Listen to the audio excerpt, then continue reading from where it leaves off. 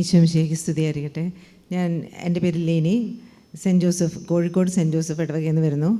കഴിഞ്ഞ മാസം 13-ാം തീയതിയോ 14-ാം തീയതിയോ എന്നറിയില്ല, ഒരു ശനിയാഴ്ച ഇവിടെ ആദ്യമായിട്ട് ഏകദിനത്തിന് പങ്കെടുത്തു. അപ്പം ഞാൻ എനിക്ക് 30 വർഷമായിട്ടുള്ള നടുവേദനയാണ്. ഈ നടുവേദന കാരണം ഞാൻ എപ്പോഴും ബെൽറ്റ് ഇട്ടിട്ടാണ് നടക്കുന്നത്.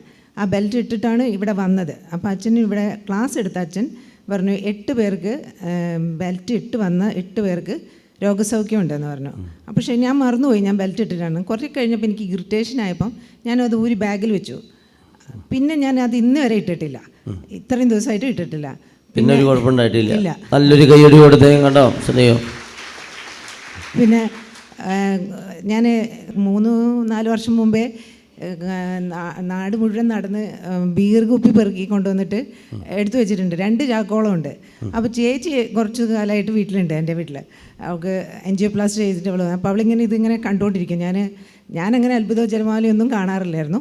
ചേച്ചി എന്നോട് പറഞ്ഞു കുപ്പി ഉണ്ടെങ്കിൽ അതൊക്കെ എടുത്ത് മാറ്റാൻ അച്ഛൻ പറയുന്നുണ്ടെന്ന്. അപ്പോൾ ഞാൻ പറഞ്ഞു 2 ചാക്ക് കുപ്പിയുണ്ട് മുകളിൽ എന്ന് പറഞ്ഞു. അപ്പോൾ ഞാനത് അപ്പം തന്നെ അത് എല്ലാം എടുത്ത് താഴെ കൊണ്ട് പുറത്ത് കളഞ്ഞു. ഞാൻ കുപ്പി ഇങ്ങനെ ശേഖരിച്ച് വെച്ചിരിക്കുന്നേ ചെടി വെക്കാൻ വേണ്ടിയിട്ട് എടുത്തു വെച്ചാൽ, പക്ഷെ നടുവേന കാരണം എനിക്കത് ചെയ്യാൻ കഴിഞ്ഞില്ല.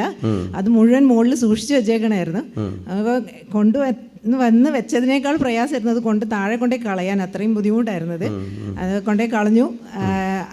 ഞങ്ങൾ തമ്മിൽ കണ്ടാൽ വെറുതെ ഒരു കാര്യമില്ലാണ്ട് ഞങ്ങൾ പിണങ്ങി നടക്കുമായിരുന്നു, ഭാര്യയും ഭർത്താവും. അപ്പോൾ ഇപ്പോൾ അതൊക്കെ മാറി. പിന്നെ വേറൊരു കാര്യം, കലഹം, ദുരിതം, ദുഃഖം, കലഹം, ആവലാതി, ആർക്കാണ് അകാരണമായ മുറിവുകൾ കണ്ടോ.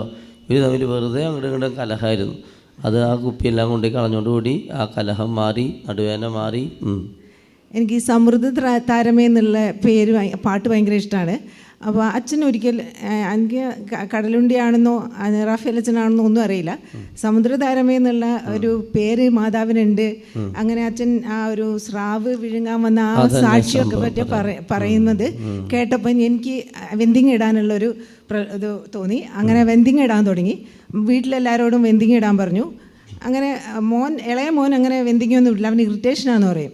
അപ്പോൾ അവൻ കുറച്ച് ഹൈപ്പറാണ്, കുറച്ച് ഓവർ എനർജി ഉള്ള ആളാണ്. അപ്പം എപ്പോഴും പള്ളിയിലെ എന്ത് ഭാരപ്പെട്ട പണിയും എന്തിൻ്റെ മുകളിൽ കയറുന്നതും ഒക്കെ അവനാണ്. അപ്പം നമ്മളെ പള്ളി സെൻറ്റ് ജോസഫ് പള്ളി ആയതുകൊണ്ട് 19-ാം തീയതി മാർച്ച് 19-ന് ഊട്ടുനേർച്ചയാണ്. അപ്പം അതിനോടനുബന്ധിച്ച് അവനായിരിക്കും എല്ലാ പണിയും എടുക്കുക.